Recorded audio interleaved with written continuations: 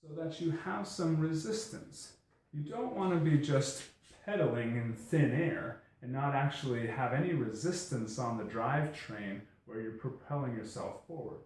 Too much resistance and you're going to start slowing down. Too little resistance and you're spinning too fast. So shift those gears and get really comfortable with shifting, and don't feel afraid to shift all the time, man. When I'm riding, I'm shifting all the time because I always want my cadence to be about this. Well, if I start going up a hill and I still want my cadence to be like this, it's harder to go uphill, so I'm gonna have to shift easier so I can still keep this cadence. Obviously, I'm gonna slow down, but I still have this cadence.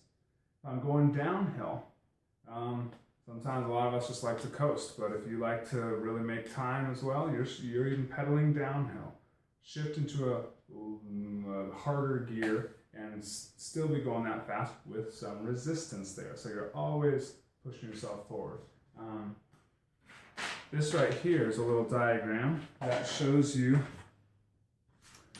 most people, as they're pedaling, are just putting force down on the pedal, when really this whole circle of the pedal stroke, you should be pushing down here, pulling back here, lifting your own leg up, or if you have clip-in shoes, actually lifting the pedal up here and pushing it forward here. You should actually be pedaling in circles, applying force with each leg in a circular way, and that uses all your muscles and will give you way more power. So you can beat your friends at the next race.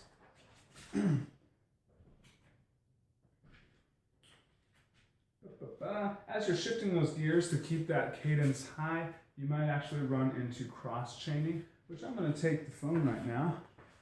Yeah, I'm just using my phone. Anyway, I'm going to take the phone and show you what cross-chaining looks like. And it looks like I might need to shift a little bit here. Oh, wrong way. Shifting. All right. So here's what cross-chaining looks like. I'm in my hardest gear in the back here. Going forward, I am not in my leftmost gear. I'm in my easiest, my rightmost gear. So notice how the chain is straight, but then it kind of bends to the left to have to get all the way to this hardest gear. I'm in my easiest up front, hardest in the back. That makes my chain straight, crooked, straight. This hurts your chain and hurts your bike. Don't do it. Instead of being in the easiest up here and the hardest in the back, just shift to your bigger gear up here and go about 3 or 4 easier back here. And that's going to give you that same gear ratio, that same resistance or hardness as easiest up there and hardest back here would give you, but you won't be cross-chained then. You can also be cross-chained in the hardest gear up here on the left and the easiest back here all the way to the right. That would also bend your chain. So just, I look down and kind of see sometimes where I'm at. Try not to be cross-chained. And while I'm down here, I want to show you one other thing here. These are my brakes. And a lot of you have similar style brakes on a mountain bike. They look a little different, but it's the same idea. You've got these 2 pads here, and they pinch against your rim, don't they? So you can adjust these pads up and down by loosening this, and you can put them up and down so you make sure that they're hitting right in your tire, your rim, right where they should. Also, you can adjust this lever right here. Just pull those in a little bit. You can adjust the cable tension right here so that they will by default be a little closer, a little farther away. There's different ways to do that on different brakes. But if your brakes, if you really have to pull the handle a long ways to get them to go, that means your cable is too loose. You can adjust one of these to tighten it, or you can actually And this you'll find the spot on your brakes, maybe in a different spot, but I can undo this Allen bolt. I can pull this cable through a little bit to take out some of the slack, and then retighten that on it.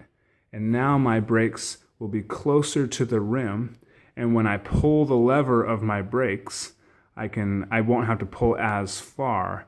I can just pull about to there, and then it's braking.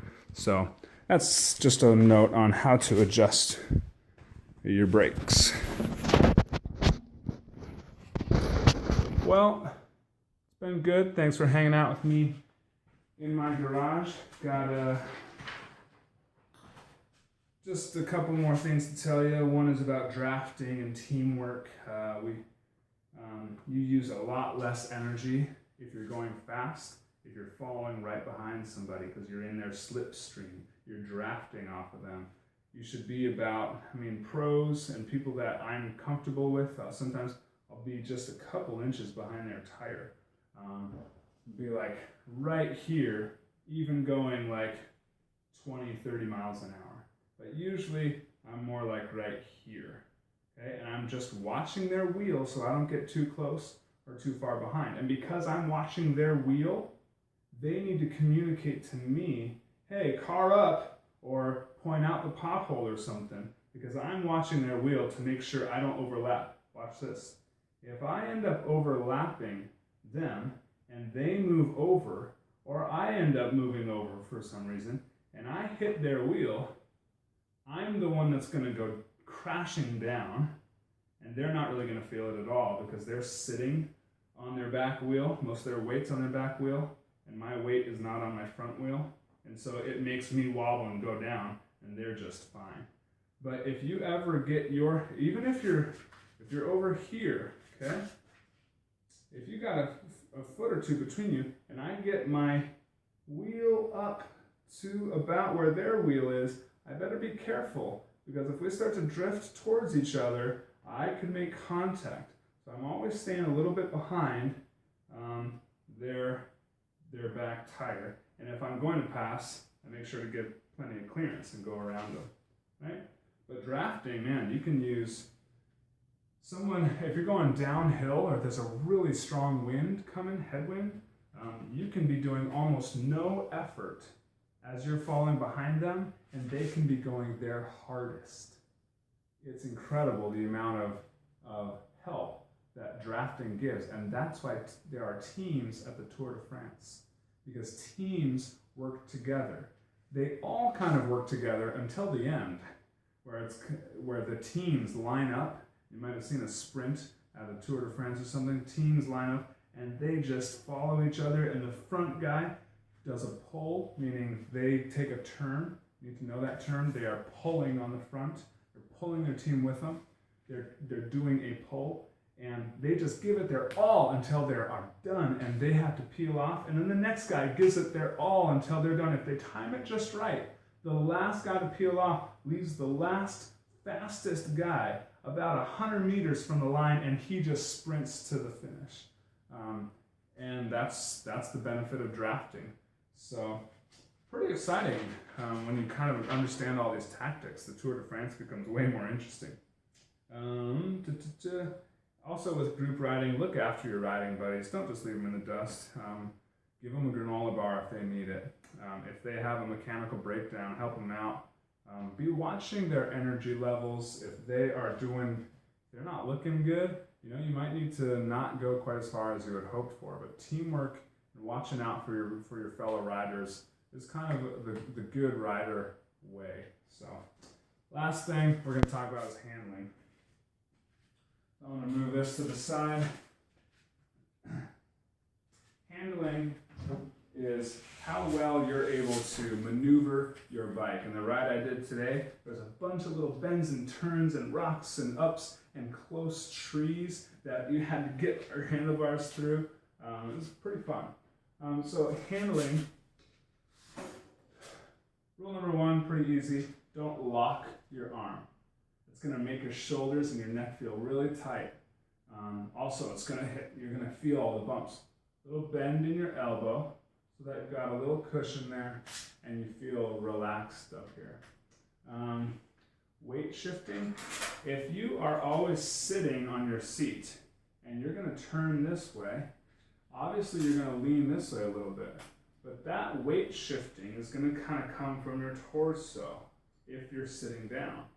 So if you're going downhill, or if you're in a spot where you're really maybe going through cones, or today like I was going through bends, you should be standing, because, let's see if I can scoot back here, because when you're standing, you're not moving your torso from side to side and shifting your center of gravity to the left and center of gravity to the right with your torso.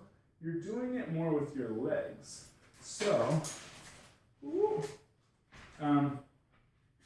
you can imagine me standing on my pedals, I can bend this knee just ever so slightly and kind of that shifts my weight this way. Or I can bend this knee ever so slightly and shift my weight this way. And shifting your weight with your legs and standing is much better than sitting on your seat and kind of rolling over like this. So get comfortable with standing up. Also, standing up when you're going up a steep hill can really help you get the power you need. Leaning forward, okay? Leaning back or leaning forward. You need to be comfortable with both of those. Leaning forward is for when you are wanting to go really fast and get kind of more aerodynamic, or if you're going up a steep hill, you'll tend to, as you're going up, if you lean back, your bike's going to want to kind of go back. So you really need to lean forward over your front wheel as you're pushing out to get up that steep hill, and that'll keep you on your bike and more traction there. Now the opposite is true. As you're going downhill, you don't really want to be leaning forward, because that means you could kind of go over like that. You want to be leaning back. And so as I'm standing oftentimes going downhill, I'm leaning my butt back behind my seat. I'm actually not touching my seat. I'm standing, have my butt back here behind my seat, because my bike is angled down. I get my weight more back. And finally,